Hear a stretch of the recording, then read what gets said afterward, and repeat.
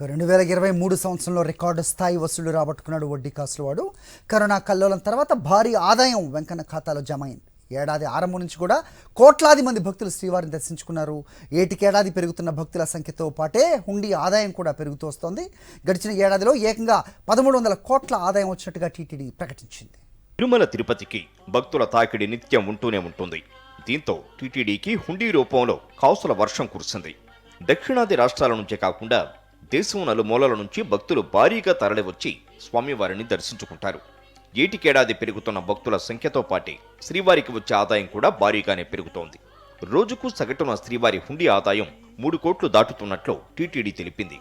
ఈ క్రమంలోనే 2023 ఏడాదిలో శ్రీవారికి వచ్చిన మొత్తం హుండీ ఆదాయం వివరాలను టీటీడీ వెల్లడించింది. గడిచిన ఏడాదిలో మొత్తం శ్రీవారి హుండీ ఆదాయం 1,400 కోట్లు వచ్చిందని టీటీడీ తెలిపింది. తిరుమల శ్రీవారికి నగదు ఇతర విలువైన కానుకలను భక్తులు సమర్పిస్తుంటారు.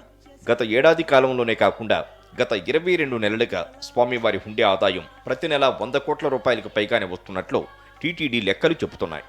ఇక 2023 ఏడాదిలో శ్రీవారి హుండీకి ఏకంగా 1,402 కోట్ల రూపాయల ఆదాయం సమకూరిందని టీటీడీ వెల్లడించింది.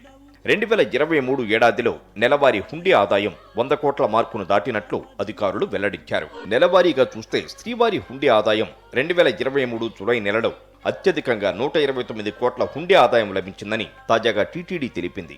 ఇక నవంబర్ నెలలో అత్యల్పంగా 108 కోట్ల హుండీ ఆదాయం వచ్చినట్లు వెల్లడించింది.